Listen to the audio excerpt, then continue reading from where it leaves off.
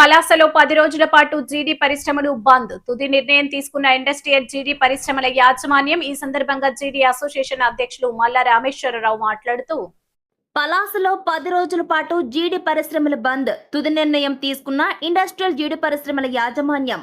ఈ సందర్భంగా జీడీ అసోసియేషన్ అధ్యక్షులు మల్లా రామేశ్వరరావు మాట్లాడుతూ, ఈ నెల 24వ తేదీ నుండి ఆగస్టు 3వ తేదీ వరకు జీడీ పరిశ్రమల బంద్ అని తెలిపారు. జీడిపప్పు నిల్వలు తగ్గిపోవటం, పప్పు ధరలు పెరిగిపోవటం, దాంతో ఎగుమతులు లేకుండా పోవటం, విదేశీ జీడిపప్పుల పోటీకి తట్టుకోలేక శక్తి లేకపోవడం, కష్టాల్లో నష్టాల్లో ఉన్నప్పటికీ ఇంతవరకు కార్మికుల సంక్షేమం, పరిశ్రమల మనుగడ కోసం కొనసాగిస్తూ వచ్చామని, తాము చేస్తున్న ఈ బంద్కు కార్మికులు సహకరించాలని, ఇటీవల కేంద్ర రాష్ట్ర ప్రభుత్వాలు వివిధ సెక్షన్లను విధించడంతో తాము మరింత ఇబ్బందుల్లో పడ్డామని రామేశ్వరం పేర్కొన్నారు. పేరు మల్లా రామేశ్వరరావు. ఇక్కడ పారిశ్రామిక వారి సంఘానికి అధ్యక్షుడిగా గత 20 ఏళ్ళుగా ఉన్నాం. మా తాతలు, మా తండ్రులు, మేము గత కొన్ని తరాలుగా ఈ జీడిపప్పు వ్యాపారాన్ని దశాబ్దాల కాలంలో చేస్తున్నాం. కానీ అన్ని సంవత్సరాల్లో కూడా ఏదో టైంలో సంవత్సరం మధ్యలో కానీ, స్టార్టింగ్లో కానీ, చివరిలో కానీ మాకు లాభాలు వచ్చేవి.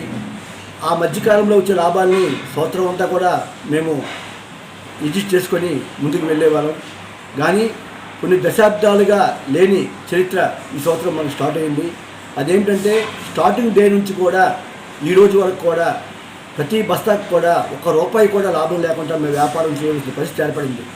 దానికి ప్రధాన కారణం జీడి నిల్వలు, జీడి పిక్కలు రేటు అత్యధికంగా ఉండడం, జీడిపప్పు తక్కువ రేటు ఉండడం.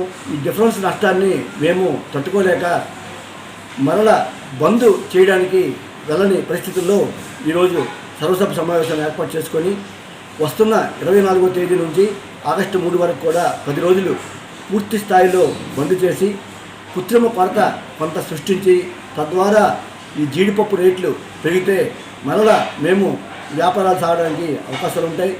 కాకపోతే ఇక్కడ యుద్ధం కూడా మాకు చాలా అన్యాయం చేసి పెట్టింది.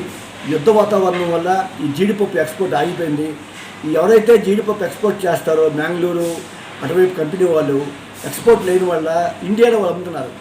వాళ్ళు ఇండియాలో అమ్మడం వల్ల ఆ నాణ్యత గల క్వాలిటీని పలాసలో స్కిల్ లేబర్ లేకపోవడం వల్ల మేము తయారు చేయలేకపోతున్నాం. అక్కడ మేము పోటీని తట్టుకోలేకపోతున్నాం. అట్ ది సేమ్ టైము ఇక్కడ అంతా కూడా మాన్యువల్ ప్రాసెస్. ఈ మాన్యువల్ ప్రాసెస్లో ఒక జీడిపప్పుల బస్తాని జీడిపప్పుగా మార్చడానికి 1800 ఖర్చు అవుతుంది.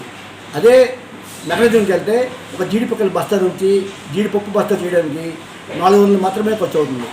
ఈ డిఫరెన్స్ అమౌంట్ కూడా మేము తట్టుకోలేకపోవడం వల్ల ఈ బంద్కి వెళ్ళవలసి వచ్చింది. దీని అందరూ కూడా సహకరించాలని మీ ద్వారా కోరుకుంటున్నాం.